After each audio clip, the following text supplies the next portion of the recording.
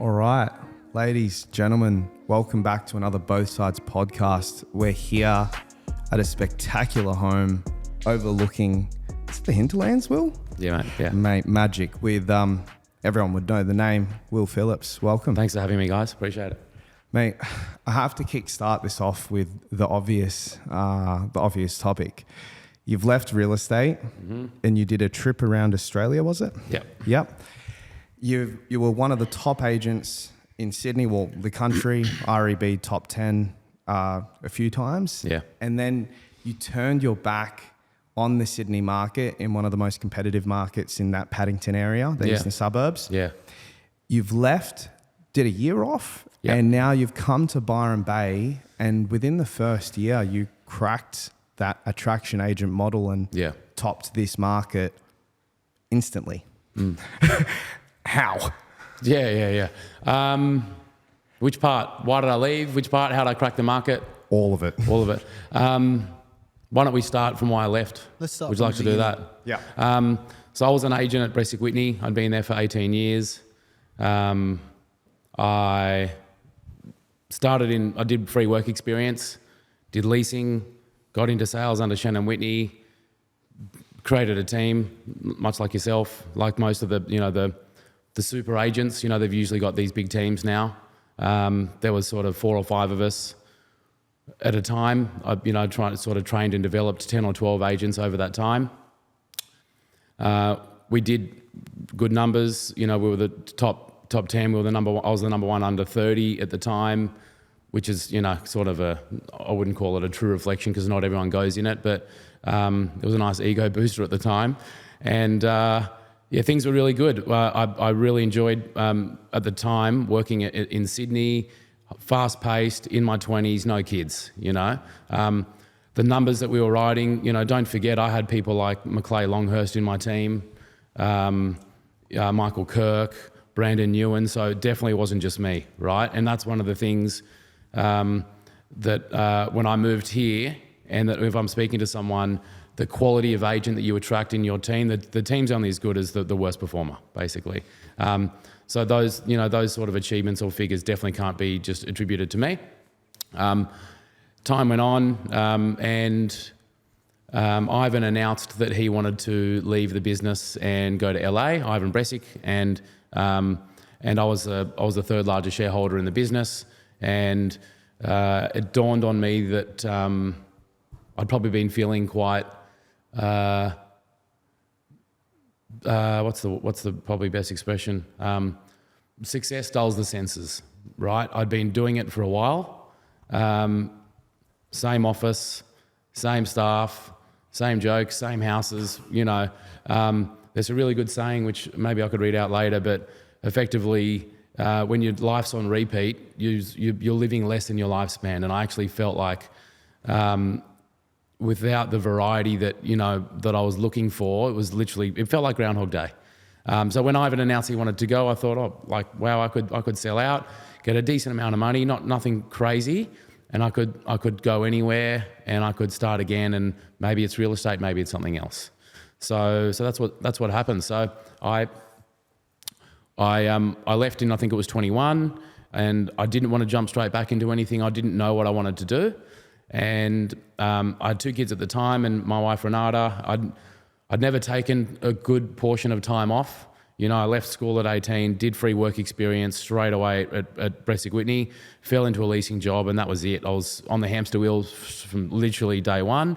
And then you do your 3 or 4 week holiday, in Europe or whatever that everyone else does. But in terms of actually leaving, I didn't feel like I was really scratching the surface. So I wanted to take at least a year off, and that's what we did. So it was COVID, so we couldn't go overseas. So we bought a caravan and we did a lap of Australia with our 2 kids, and easily the best thing I've ever done. The best thing you've ever done? Easily they're all sort of intertwined, right? Doing that sort of trip, but having the courage to leave and focus on my family and probably reset my values. I just had to withdraw. I had to step away from everything, because when you try and make decisions in the moment, it's really hard, right? Because there's so much noise. I knew that once I'd had kids, I knew that there was an imbalance on my work versus the time I was spending with my kids. And I knew that in 50 years, I'd seriously regret that.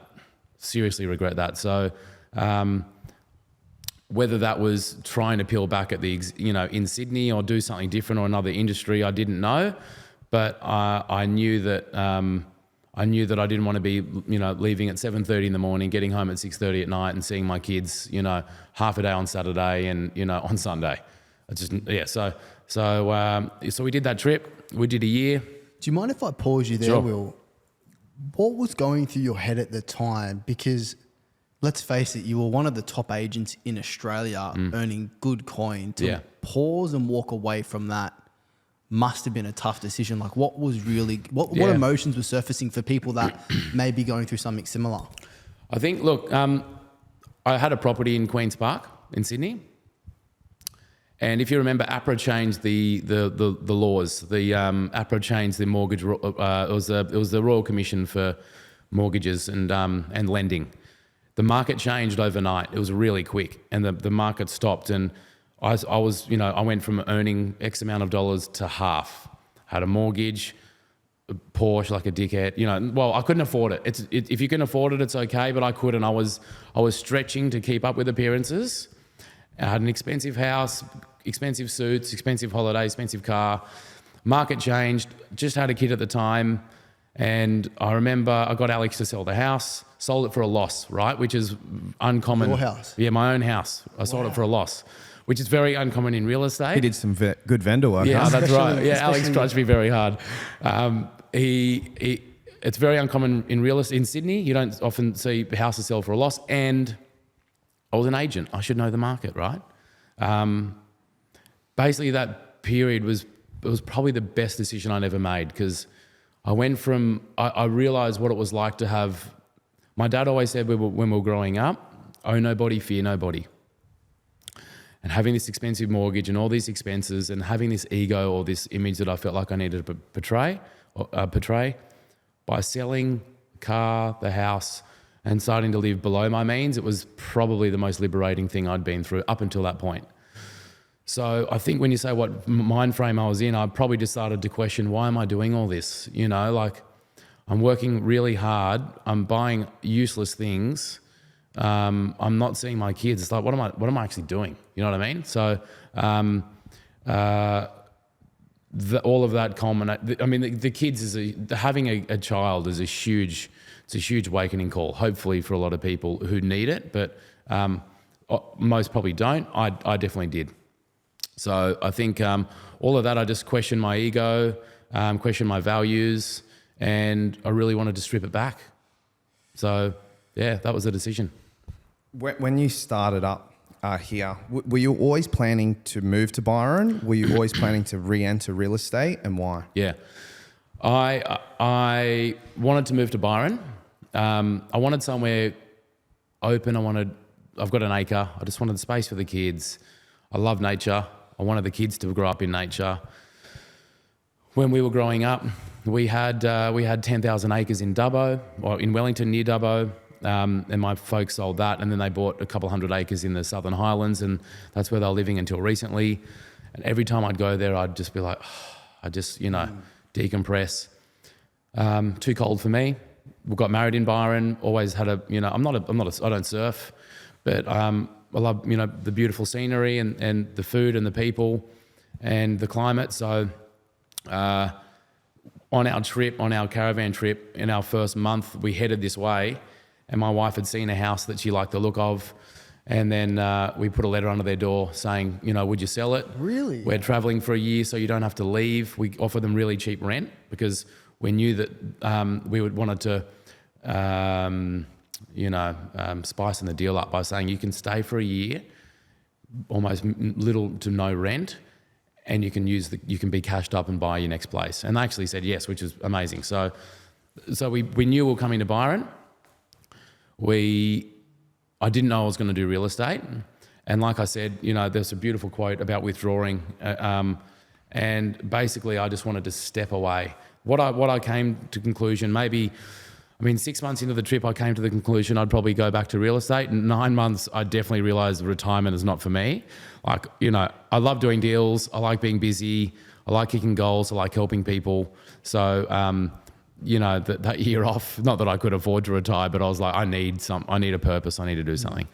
Real estate is a very interesting vehicle, you know, industry. By leaving, I had two choices. This is the way I saw it anyway. I can go work for someone else because I was my own employee. I could have 3 months off. I could have a year off. I could come in late. I could drop my kids to school, whatever. I didn't have to ask anyone, and that's very important to me because having that, it's hard to go back. So I knew that I couldn't go work for someone else. You know, can I fucking have a lunch break or whatever? And then I thought, well, the other option is I'd be an entrepreneur and do something other than real estate. The challenge I reached was by doing that, I would have to lay it all on the line again, invest heavily, probably work like a dog to get it up and running, which is what I was trying to avoid. So I thought if I can make really good money doing real estate, and be, you know, choose my hours, choose my holidays, and do it right this time, you know, take what I knew and do it differently. That to me felt like the best choice. How did you crack it so quick? So when I got here, I interviewed with 5 different agencies, I chose the one that I felt had the best culture at the time, and it did. They were really good. They were very helpful. They gave me some leads to begin with. Basically, when I arrived, I did what I had taught, what I was taught, and then what I taught, you know, the Michael Kirks, the McClays, you know, and what Ivan had taught me, and, you know, Shannon and all that sort of stuff, which was product knowledge, buyer work, prospecting, give people 5-star service. So just to break that down, when I got here, I didn't pick up the phones looking for sellers. I started with buyers first because I wanted to. Everyone tries to find the seller at the perfect time. I wanted to have the buyers. So when I sat in front of a seller, I said, I know who's going to buy a house. I've got them. I know their budget. I know how to negotiate with them. I know what makes them tick. I did that very quickly. No one else was doing buyer work. So it's, you know, the comments, I just saw one, you know, end of last year, listing was uncontested, 6.5 million. And they said, we just like dealing with you when we're looking. And I'd been there for like a month, and they bought it and they sold it quickly within 2.5 years or something. And they said, we just enjoy dealing with you. What that means is I'm the only person who actually gave a shit and tried to help them find something. It's so easy. People don't hold on to properties for 10 years anymore. You know, it's 2, 3, 4 years. So the buyer work, prospecting, to me was everything. So that was the first thing. I had my first 10 listings, I won all 10, and I'd sit down with a list of buyers and I'd say, these are the buyers that I've got. This is how I operate. This is my experience from Sydney. I'm hungrier than anyone here. People love dealing. That's why the agents who do well, they're super hungry, and that rubs off on people. So, Will, you talk about hunger. I'm curious, when you were on your road trip traveling around Australia, what was your appetite for hunger then? Like, how did you go from being stale, unmotivated to then reigniting? I think, look, it probably, you know, it grew. I wouldn't say it was peak on the trip though. When I got here, and it's pretty, it was super fun testing your own skills. Like in my head, I'm like, did I fluke it in Sydney? You know, did I just work for Shannon and I just got good profile and, you know, that sort of thing? I'm like, I've always treated real estate like a game, like a very serious game, but a game nonetheless. I've fun with it. I like to compete. I'm super competitive. There's 6 kids in my family, 5 boys. We're all competitive. We love a game. We love a challenge. So when I got here, that was sort of my mindset. It was like, you know, that means nothing when I did. I need to prove myself again, and that was really exciting. So, yeah, that's kind of, and then when I started, I'm seeing beautiful properties. You know, this is a beautiful $12 million property. I'm selling 2-bedroom terraces, 1-bedroom apartments, in Sydney. Like once you've done that, a few of them, it does become pretty uninspiring. Or it did for me anyway, after 15, 20 years. And that pace, 150 sales a year versus maybe 50 here at a completely different price point. I mean, yeah. So all of it excited me, and that's kind of where it stemmed from. We've got a viewer question. Were you worried about starting again in a new marketplace? Or did you know you were the GOAT? The beauty of stripping back the ego and leaving and, living in a caravan and like without all the fancy stuff, I stopped caring. I think the only thing I wanted to do was prove it to myself. But in Sydney, all I felt like is I had to always be better than the next agent, always needed to be on, look better, win that listing, can't let them have one over me. I don't know. I think that probably served me in my 20s, that grind. But now I wanted to probably take a more healthy approach mentally and a more mature approach. I was going to say, so you've come in, you said you cracked your first 10 listings. Yeah. What's the blueprint for success? Because you've obviously now tested that twice. And I'm sure there's a lot of agents out here, myself included, that are pretty interested to know, how do you actually do what you've done? Okay. The first thing is who you work for is really important. So starting right from the beginning. You either work for an agent that has high profile and you leverage off that. That's what I did at Bresic Whitney. I didn't do that here. I started as a standalone. If I didn't get sale, I didn't get paid. But I was okay with that because I knew what I knew. But starting again, if I was in my 20s, I'd work for a high performer, right? I chose an agency that had an open database. I didn't want to come here and do cold calls like an animal like I did in my 20s. I'm so done with that. Like doing 100 calls a day. I'm 39. I'd sort of done my time there, Like I feel like I've got the skills and the profile to turn 1 into 2, to 2 into 4, to 4 into 8. But having an open database allowed me at least to do targeted calls. Because if you don't have that and you need to build your own database, you've got to make 100, try and get as many people as you can a day, stretch that out over a couple of years, and suddenly you've got your database. To walk straight into one, look up John Street, there's 10 owners, great. How good's that? So that's an immediate head start. Culture, that to me is super important. One that trains, develops, helps people, doesn't there's no infighting and all that sort of stuff. And then the buyer work, super important, 20 to 30 hot buyers, speaking to them once a week, maybe once a fortnight. So are you calling the buyers first, then going to the open database of vendors? Like what's your highest and best use of time getting a listing? Yep. So for example, because it was an open database, I'd qualify a buyer and they'd say, Will, I'm flying up from Sydney on Saturday. I'm here for 2 days. I want to spend 8 to 10 million. I don't want to be in town. Excuse me. I'd do a text to 300 people, qualified buyer, committed to buying, here for 2 days, 8 to 10 million. This is their brief. Will Phillips from Sotheby's, Byron Bay, right? Will Phillips, 200 people, qualified buyer, they get a few of those and go, shit, this guy's on the ball. It's like so easy.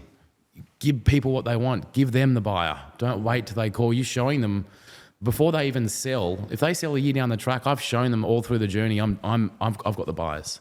No one else is dealing with that. So when I sit in front of them, it's super easy. So the buyer work for me, if someone says, I really love this development, call them. Look, not looking to sell, maybe next year. Great, set up a trail, call them early next year. Again, the issue with making calls is that people get worried about the rejection because you've got nothing to call them about. But if you call them about a buyer, or Samantha, it's Will from Sotheby's. Just seeing are you looking at buying anything in the next 6 to 12 months? No, I'm good. Okay, do you still live on Ocean Street? Yep. Did you want an idea on what that's worth? Did you want me to pop around? No, I'm all good. You're planning on staying there for a few years? Yep, easy. So kind of using that buyer angle to help people to get indoors or to match buyer to property. So that was that. The pipeline was built through prospecting, qualification. It's the most important skill in real estate, qualification, asking good questions. I've always been huge on that. I did I did a stage thing at ARIC, years ago, where I sat on stage in front of 5,000 people and qualified someone, because it becomes like second, like muscle memory. Are they a buyer?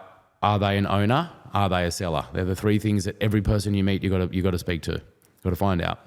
So I think where you work, buyer work, prospecting, targeted prospecting, they were big. Service, everyone, like anyone that inquired, I want to get back to within 2 hours. That we were really big on that back of Bresic Whitney. Just everyone's got an invisible sign saying important, or invisible sign saying $50,000, because if they own a property, that could be what it is. I think the profile was a big one. I spent a fair bit of money on advertising. I never did that in Sydney much. How did you, social media, or where did you place social media, local newspaper, realestate.com banners, DLs, emails, letterbox drops. When I got here, for example, the product knowledge piece, I went through every open home.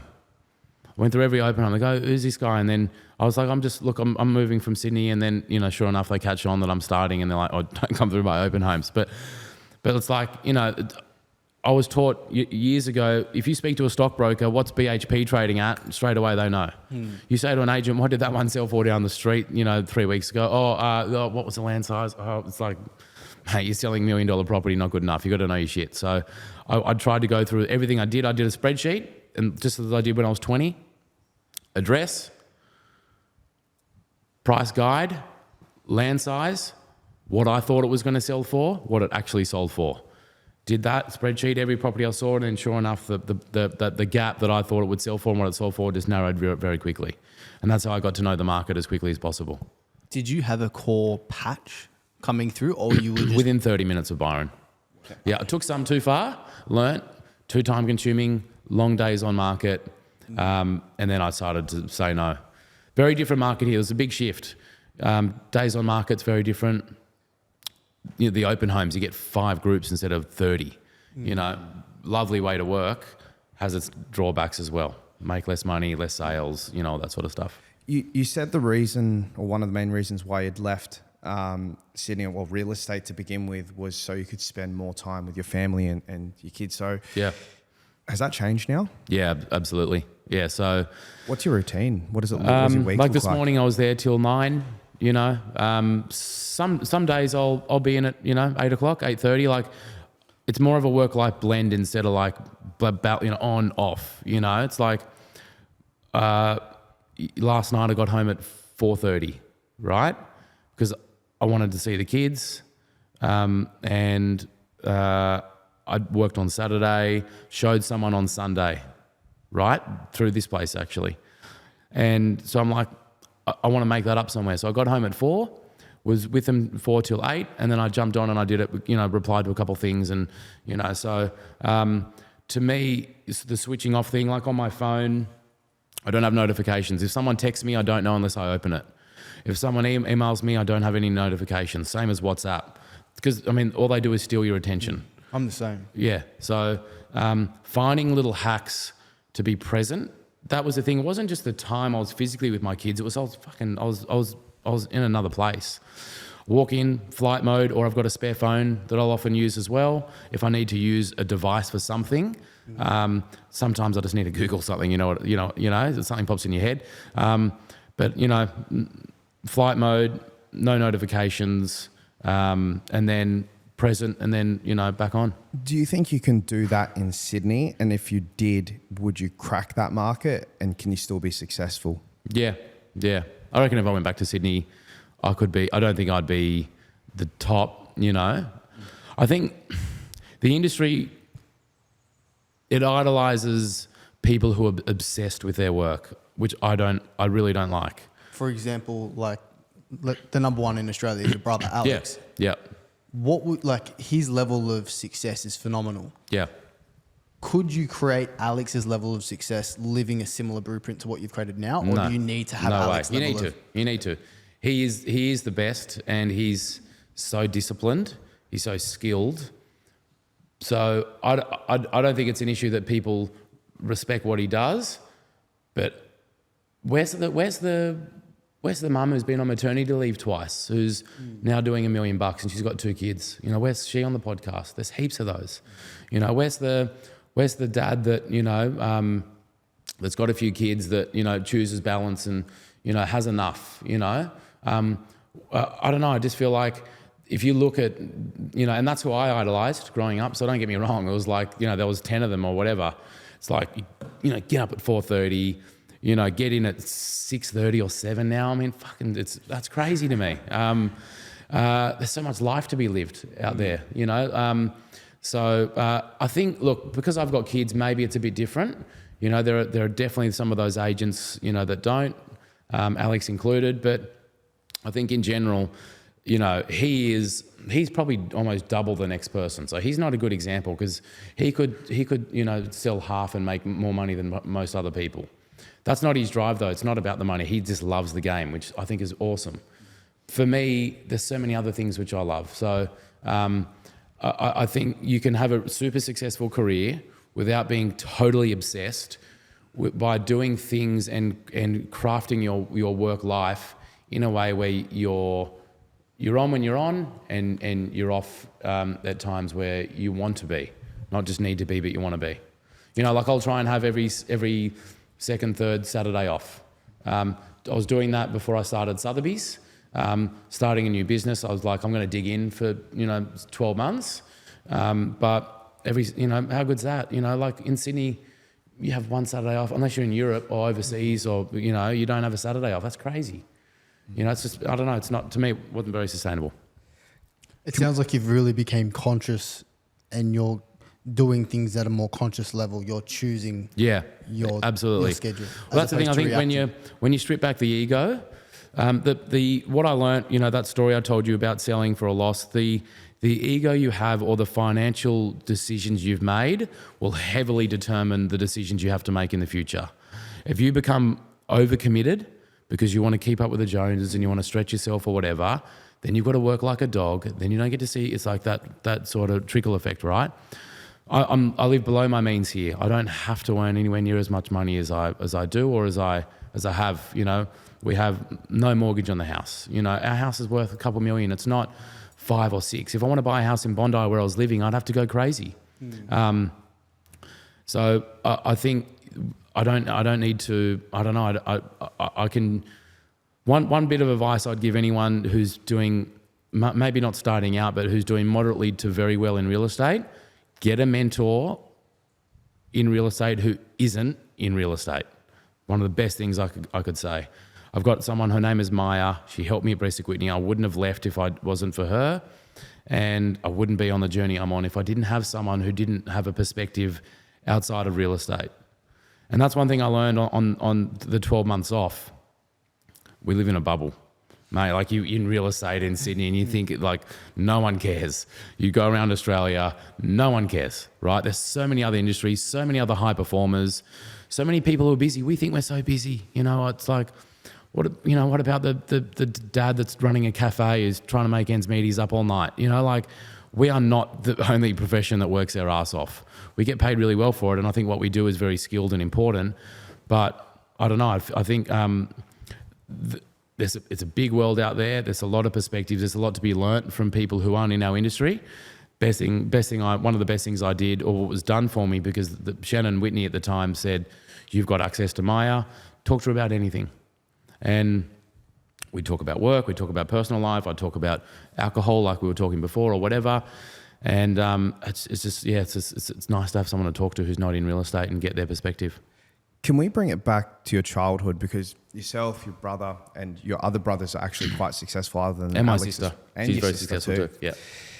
What was your childhood like and what did your parents instill in you for all the kids to be very successful in their own right? Yeah, someone said this to me who knows my family, and they said, I'm surprised by your work ethic. We were spoon-fed. We went to a private school, we had a beautiful house, we had the most lovely upbringing, like the best. I'm serious. But we've all got a really good work ethic, and I'm not sure. Dad worked really hard. What did he do for work? He owned car yards. Yeah. And 6 kids, I'm the youngest, you know. Maybe a little bit extra competition to try and prove myself. But we had the best upbringing, and they were, they're still together, married for like 50 years, super fun, always people around, house was crazy. Dad owned, car yards, prestige car yards. Maybe that's like why we all wanted to do some sort of sales. And most of us are in sales in one way, shape or form. And very supportive. My mum is actually, she is probably underappreciated why a lot of us have the traits that we have. When she was pregnant with me, she had cancer. She had a stillbirth. She's so resilient, and that's what you need in real estate, right? So it's like, Mum was always like, think positive, glass half full. Like she always said, think positive. Who cares? Like, I think a lot of agents, when they get set back, it's like, I was actually talking to my wife this morning about, you look at the best agents, they just get on with it. They don't talk, how are things? They don't even mention things that are negative because they don't want to invite that stuff into their atmosphere. Everything, they're always, on to the next one, lost it, do better, reflect, So yeah, our mum she's awesome. She's like so strong, so resilient. So yeah, we had a really good upbringing, and I'm grateful that we still have a good work ethic, and it wasn't just take, because we were spoon fed. Yeah. What is being amongst your siblings that are the top of the top? What are the characteristics and traits that create a top 1%? I think if I was hiring someone, right, and I was looking for that, the first thing I want to look for is vulnerability. Vulnerability? Yeah. I want someone who wants to get better. Like I started doing free work experience. I had no idea. I didn't think I was better. I wanted to get into sales from there, and they said I have to do leasing. Good. I'll do what it takes. I know I don't know my stuff, but I want to learn, right? Alex was the same. He put magazines for McGrath in his boot and drove them around. There was a willingness to learn. You meet agents who have been doing it and they already think they know, and how do you teach that? You want to strip back the ego and the vulnerability. I love when I interview people, I'll say, what do you think you are out of 1 to 10?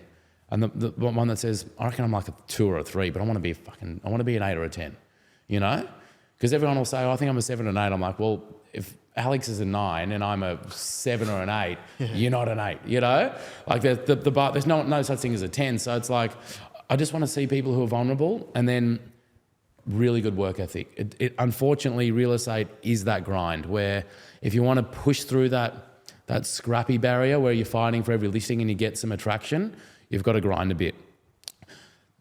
The unfortunate comparison for me here is I did have 20 years experience. So if I hadn't done that, it definitely wouldn't have been as easy, regardless of what I know. I had to rely on that. I had to say to a seller, I was doing 150 sales a year there, So I think, when I look at my family, super resilient, huge work ethic, probably too much. Like, all of us at some point, need to, my dad, it was only work, So it's like, how do you find that? And that was what it was like back then. Did you see your dad much growing up? Yeah, no, we did. I think because there were no mobiles and computers, So when where you're more present. When he was off, he was home. Come to all our sport games and stuff. He was awesome. But it was, when I speak to Dad now, the first question isn't how are the kids, how's your wife, it's how's work. Because he just loves hearing about the deals. That's just how he was brought up. That's what he loves. So I think high work ethic, super vulnerable. You can teach skills, you can't teach attitude. I know you've given us your framework of develop product knowledge, buyer work. You listed some of those skills at the start. What are the skills that you brought from Sydney here which gave you that? Yeah. I think one of the sayings I love most that Shannon gave me was the best form of execution. Sorry. I've ruined it. The best form of prospecting is execution. You do a good sale and get a good price, whether the market knows about it or just that client, and they tell everyone. What I didn't realize here is it's such a small town. You do a good result and referral business is everything. In Sydney, if we sell a property and it settles, I'd give them like a dinner voucher or something.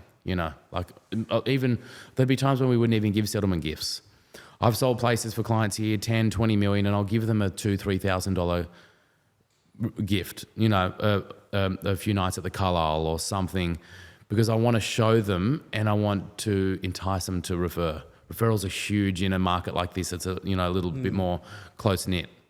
So if I get a referral or something like that, I'll always go over the top to show my appreciation. And they probably don't expect anything. They're just like, "Oh, Will did a bloody good job. Call him." It's like, hang on, you're seriously impacting my business by doing that. Thank you so much. Please take this. And they're like, holy shit. That's something I never did in Sydney. So that's one thing. If I went back, I would definitely do that. You'd build your own network and show them how much you appreciate it. How has your leadership style evolved from coming from Sydney to Byron Bay, where in Sydney there's this obviously hustle culture. Yeah. You got to be at the office, you got to be seen, you can't be just taking time off and still be able to provide for your team some good work ethic where they're actually still working. Yeah. Too. Probably a couple things. I sort of lived my values, right? It's easy to say it. I left Sydney and I've changed everything so people can see that I actually believe it. So doing things by example. I bring the kids into the office sometimes. I tell them I want a Saturday off. Georgia will be the first to tell you, all the people in the office go, "When's your next holiday booked? Why haven't you booked a holiday? Stop saying you're going to do it. Book it in. Or can I have that half? Take the rest of the day off. I want people to do what I think they should be doing, which is it's a big world outside work. I want them to be enjoying life. When the reason I left McGrath, which I was at, and lovely people, super helpful, great agents. I wanted to create a culture where I had complete say. I wanted the office I was in was dark, dingy. I wanted a beautiful space. We got a beautiful fit out where we've got a big balcony. We can sit outside. There's a pool in the complex. A pool in the complex. Yeah, it's part of the office buildings. Beautiful outdoor pool for Byron. It's great. Beautiful cafe underneath, and just I've often we've got DJ sets playing, and it's just a fun place to work. And we overspent on the fit out. The accountant was saying you're crazy, and it's like we spend so much time in our office. I don't. It's not all about the dollars and cents anymore. It's like I just want to be happy. I want the staff to be happy. I want them to go on holidays. I want to overstaff. When I joined here, I didn't have any listings. I put on a PA straight away. I had no listings. I hired a PA straight away. I don't want to be doing stuff I don't want to do, non-dollar productive stuff. I can afford to do it. I could at the time, which is great. But I just think by in terms of the leadership, just by leading by example, trying to create a fun thing and show people that you're actually living your values, so they should hopefully too. From the outside looking in, I reckon the Sotheby play was so world class because it just creates that additional layer of elite professionalism. Yeah. From my perspective. Yeah. What attracted you to Sotheby's? I reckon I probably had a bit of imposter syndrome when I was deciding whether the thought entered my mind, and I'm like, look, there were two things. At Bresic Whitney, I was, there was 100+ staff. I was the third biggest shareholder, and I love training and developing people.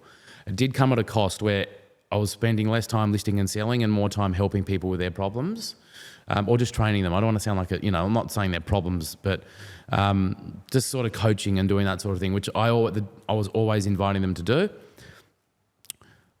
In my head, I'm like, if I do my own business, I'm going to be doing only that instead of listing and selling. I probably overestimated that given, we've got an office of 10, it's not 100. So, and I'm never going to do that. I don't want that, even if I could. So that was the first thing, is to be mindful of who I bring in. What was the question? Sorry. What attracted you to Sotheby's? So the second thing was when I saw Maclay leave and start his own business, I was like, mate, I was actually a bit jealous. I was like, he's a much better agent than I'll ever be. But in terms of running a business, we're probably, I was like, if he can do that, I'm like, he sort of inspired me. I was like, that's cool. Like the thing was, he's got people who can help with the admin and all that sort of thing. And luckily I had Georgie and Georgia, and others who could kind of help with that. So the thought of actually just leaving and doing it, I was probably inspired by, and some things in the office where culturally I wasn't that happy with, and database sharing and the environment itself. So then I was like, where do I go? Most of the brands were taken, and Sotheby's, the license came up for grabs. The chap that was doing it here, great agent, he moved back to Sydney, and it was sort of sitting dormant, and I took it. There was a lot of the other brands are taken, and I didn't want to do my own brand. I wanted to leverage off that. What stopped you from bringing Bressic Whitney up here? Probably would have felt like I was going back. Yeah. It's kind of like, that chapter's sort of closed, and I still speak to all of them, and nothing but respect, but I felt like I'd be opening that door, That to here. Yeah. The Sotheby's brand, I didn't anticipate how much reach they have and how many buyers they have internationally and nationally, and also how many sellers would react exactly the same way. They go, this brand is, we've got a $12 million property. We want it to be aligned with high class branding, So I'm very happy with the move, and they're lovely people, so I couldn't be happier. Sorry to interrupt, Kev. Is your process the same with Sotheby's in terms of how you're generating business? It's like buyer work, leverage that. It's all the same. We had the sales meeting yesterday. We need to be sharing more buyers. If you meet a buyer, send them to the whole office. Get remunerated if they buy. So there's financial incentive to share, to help. I basically, I said yesterday in the sales meeting, you basically need to make a conscious effort not to share information. That's the level I want our office to be at. You need to almost consciously hide something to not share it. If you meet a good buyer, if it's valuable information, this sold, this just listed, I just lost this listing, I just met this buyer, share it to the office, because data's everything. What about because being a buyer's agent, I'm curious, what would your framework be for the buyer's agents out there? You targeting buyers, which is what we do. How would you flip the script if you're a buyer's agent? Well, what's your biggest lead source? Agents? For me, referrals. Referrals. Who meets the most buyers? Agents. So I'd be going hard at agents. I'd be going hard. I would, the referral fee's 20, I'd jump it up to 40, 30, really initially just to get the floodgates open. I mean, that's, you might jack your fee up to compensate that, but that's literally, I've met so many buyers agents, that's the funnel, agents. And everyone DM Daniel.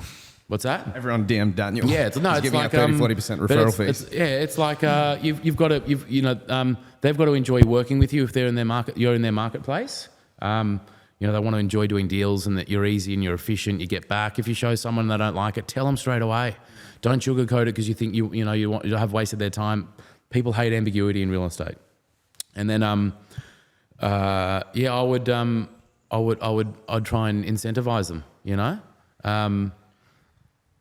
Yeah. Is there many crossovers with buyers down in just Sydney? On that, sorry, lastly, in terms of referrals, because I get this all the time, can you refer to us? I was told, I actually not necessarily agree with this, but someone said to me once, and this is the old school McGrath, when like Alex was a junior, James Dack, Ben Collier was a bit of a powerhouse. And someone said there once, I think even John might have said it, the best referrers are the worst agents, and the worst agents are the best referrers. Effectively, whoever said it was saying, if your mind's out of the deal and out of your own focus, and you're trying to get these little gains, you're missing the point, right? So I'll say to people, buyers agents, I'm happy to refer people. I don't even care I'd love just to help you. I don't really want anything for it. But I'm not going to think of you. So, and they're like, so I'm like, just annoy me. Call me. Who was the best buyer you spoke to yesterday? I can just annoy the agent. Can I call them? But if you're working your buyers, would you want to share that buyer info with me? Depends. Not all of them, but yeah, a lot of them, definitely. Because if they're known in the marketplace, then they're in most people's ecosystem, and I'm happy to share. If someone says, Nick Gill says, Will, I just sold with this guy. He's coming up. He's ready to buy. I'm not going to give him to you because then you're going to give him to all the other agents, right? But he's going to come to me first and I'll try and find him something. But if I know that he's sort of filtered through the market, then yeah, for sure. Because I don't own a buyer sort of thing, you know? Yeah. You speak about the reach with Sotheby's. Is there many, crossovers with buyers down in Sydney with Palia, Macleay? Yeah, a lot. It's not... What a lot of people, agents and sellers don't understand is that it's not just the introduction of the buyer, because if they're looking to buy, they're probably going to inquire online, right? It's knowing they're a hot buyer, right? And knowing their background and trust. When I know that they've sold for 10 and they're saying they want to spend 7, or someone says to me, look, I reckon they can stretch a little bit more for the right thing, that's so valuable, right? Or if they have sold through an agent and they go, look, so-and-so passed on your details. He said you could help me. Immediately there's a level of trust, and that makes the negotiation easier, and that's better for the seller and the buyer.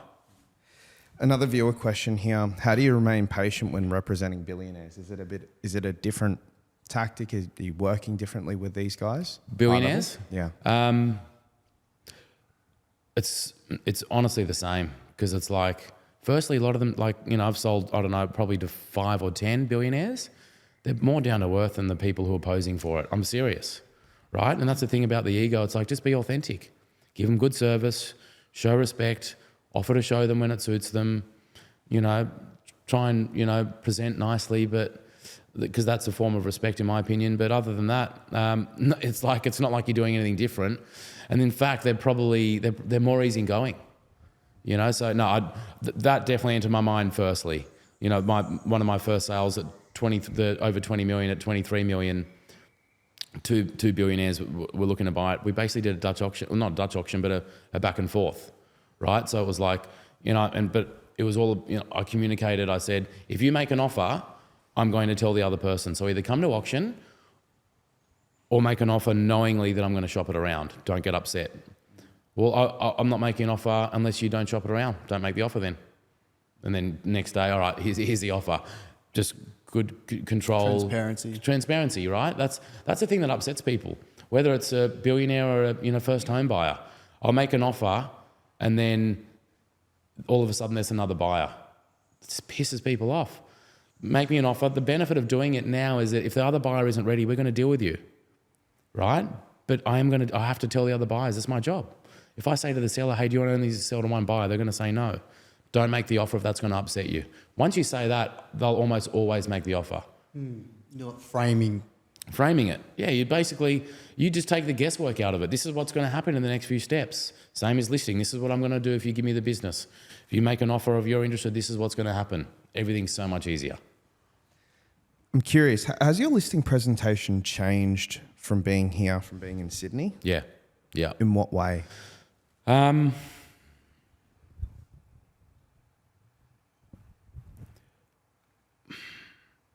Actually, probably hasn't changed that much. So my listing presentation is basically, these are the buyers I've got for your house. Here are his 10 case studies of what I've done. This is, we've sold 50 properties since we launched Sotheby's in September. 23 of them they'd tried to sell with another agent first. Wow. That's different. That's this market. This is the long days on market. You've got to know your pricing. So many people, I tell them a high price. And then I'm honest with them, and then it just comes back. But to the point, in the listing, I'll say, well, do you want to be one of those 22, or do you want to be the others where they've sold first time around? Because I can tell you the second time around doesn't look good. So it's pretty, You guys are working a lot with buyers. Now, you spoke a little bit on your prospecting piece about how you prospect sellers through the buyer work. But does your team call streets and say, hey, this is just sold for this much? Yeah, we do. Just listed, just solds. Yeah. In fact, we've sort of probably dialed that up a bit. We probably were a bit lackluster.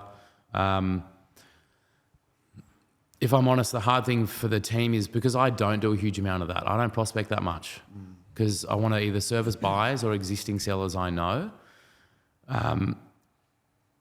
It's probably not great leadership. because like I'm at the top and I'm not doing the call. So they've got to find the motivation themselves. Do you know what I mean? Which they actually have done really well tapping into, and they've just started in the last couple of months doing really well at it. I've been doing it for so long. I don't want to do those cold calls. You know, I want to go to the beach. I want to be with the kids. You know, that sort of potluck thing. I do find it challenging. Will I never do it again? No, because I definitely find periods where I'm like, I feel like I'm missing out on a bit. You know, I need to go back to basics, right? You know, that's what in any tough market. What do? Go back to basics. Pick up just the phone. I'll pick up the phone. So, yeah, we do that. I could definitely do it more. Just out of curiosity, Will, what about when it comes to setting targets and goals? What's your process look like now? Yeah. In that space. I've never been good on goals. Like, I kind of set bigger goals and not the macros, which I know, you know, from forming a habit point of view is probably a good thing to do. When I was young, I used to have a clicker and I'd want to do a certain amount of calls every day. Call, chick, you know. Now it's probably more, you know, when I started here, I said I want to be the number one agent within 5 years. And then that happened in 18 months or something.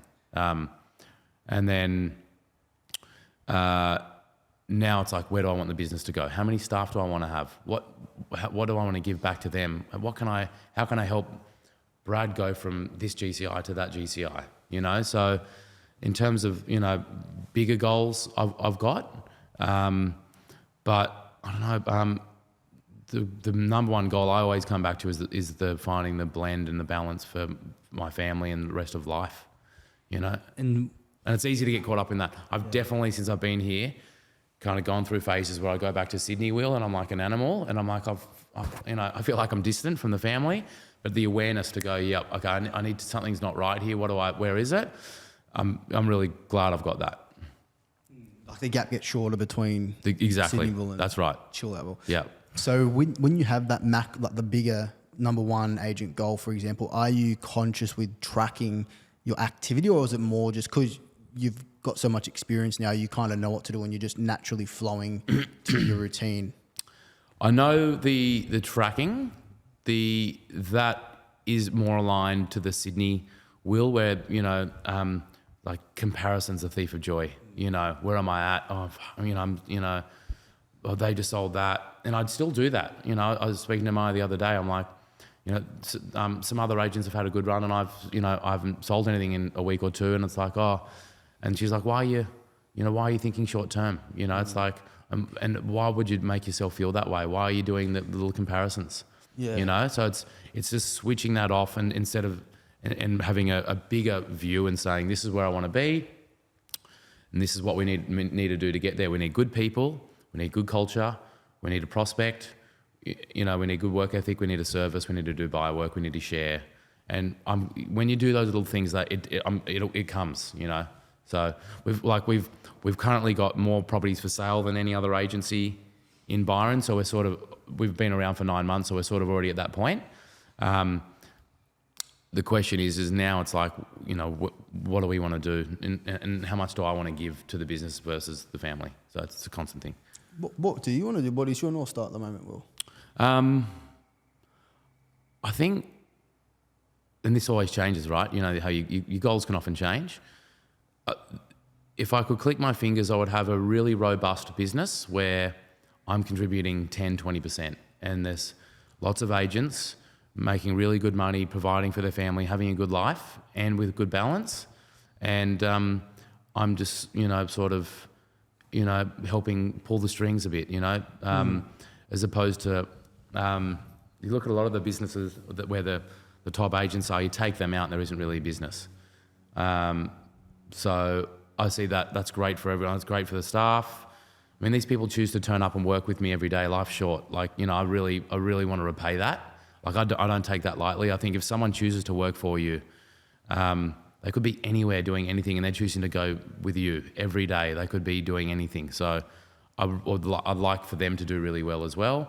And then that to me looks like a healthy business, and that means I've got more time to switch off and, you know, yeah. Do you track your team's numbers closely? Are you a hard taskmaster? No, I'm not. I'm probably too relaxed. but some of them do it themselves anyway. Because I'm not like that on myself, I just know the little things and everything else comes.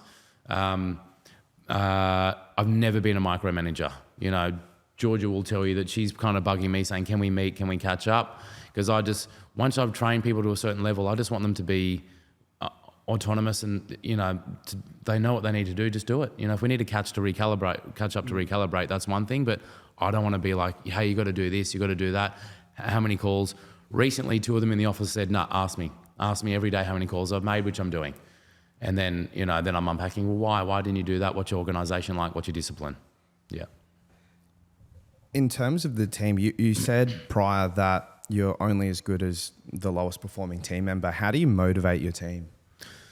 I think, look, the transactional leadership is really important. So when they see that, that would inspire them, I like to think, but it gives them a talking point. So if I sell, you know, I think our team sold 50 million worth in February and March. That gives everyone in the office a reason to pick up the phone and call the owner. Look, Sotheby's have just done this. So you do have to lead from the front until you've got it's spread well enough. You know, quality, not quantity. I'd love, you know, lots of agents high performing instead of bums on seats, just numbers. So in terms of motivating, it'll be that. And I just say we don't do as many, let's sit down once a week or fortnight and do a big session. Instead, I'm like, come to me multiple times a day. You've got a listing, you're on the back foot, tell me about it. I love problem solving. So that's probably the availability where someone can say, I've got a negotiation, I'm struggling, I've got a gap, what would you do? Let's workshop it. Love that stuff. That to me is like, it's really fun. It's like a game. So I think probably there, you know, if they've got a listing and they want me to go, I'll go. I don't want a fee. I just want to help them win the business. That's good for Sotheby's. It's good for them. So just those sort of, just being available. Yeah. If you were to talk to yourself on day one when you started real estate sales, what advice would you give yourself? I would have said you're working at the right place because you've got good mentorship, you've got good exposure. I would have said party less and save more money. I probably wouldn't have listened at the time. I wouldn't change anything about my journey. I actually wouldn't, because I'm super content with where I'm at. But the industry doesn't teach enough about investment, saving, how wasteful cars and suits and all that shit is, and, you know, spending money on drugs on a weekend or whatever. There's just that stuff isn't talked about very much. And however, I didn't have kids. I was in my 20s. I worked way too hard. I worked way too long hours. But as a 20-year-old male, I think it was probably good for me too, you know, to have a purpose and a passion and be able to figure out things where I have now. So I would probably make him aware of things, you know, of what's to come. And yeah, I reckon. And yeah, I, like I said, there's nothing I'd change. So yeah. My last question for you, speaking to, like, we've got a large conglomerate of, you know, younger agents, guys and girls that listen to this. What would you impart onto those guys and girls? I would say real estate's a really good profession.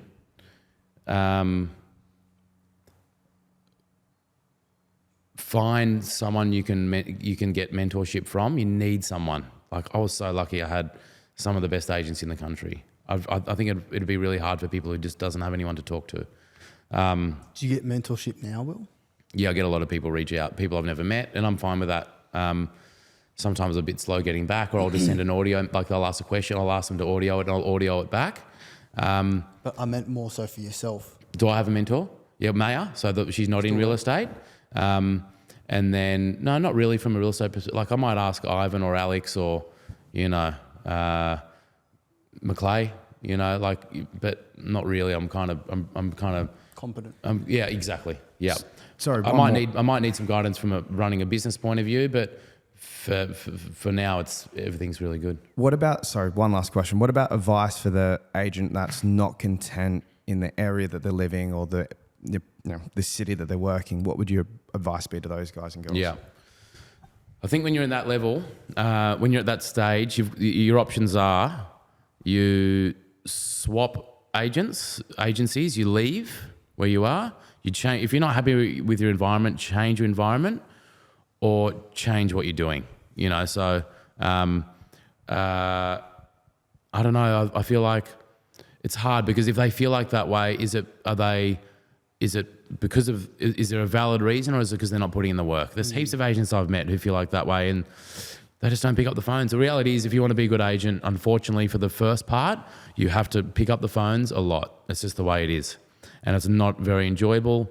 If you can get somewhere with an open database and you know the data you're calling, heaps better. But other than that, you just got to sort of endure.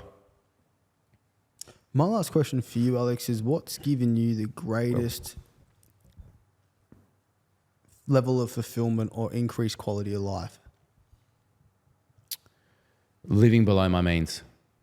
Living below your means? Yeah, so like I said, I was stretched in Sydney. It's the complete opposite now.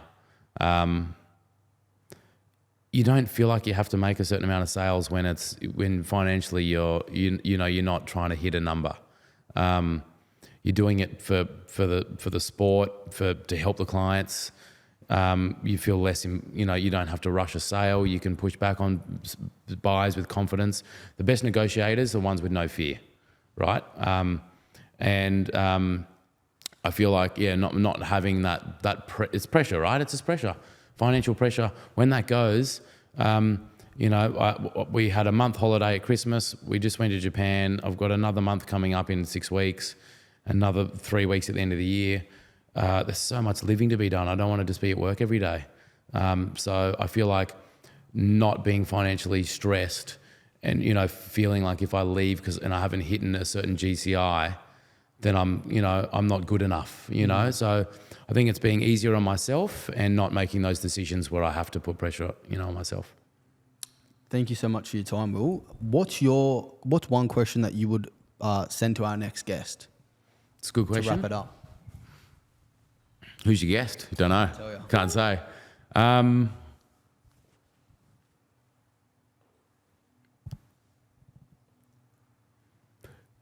Tell me one story. Share a story which was a mistake or something you did which you'd never do again and you learnt from in real estate. And I'll get you to answer the question now. Okay. I thought you'd do that.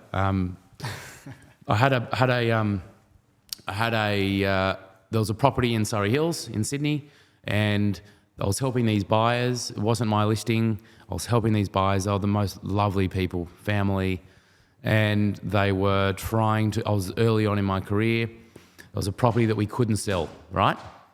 Been on the market, beautiful house. Market was tough. Owner wanted too much, whatever. And my colleague had it. I said, I think I've got the buyer. I'm going to call them. I said, look, would you look at this house?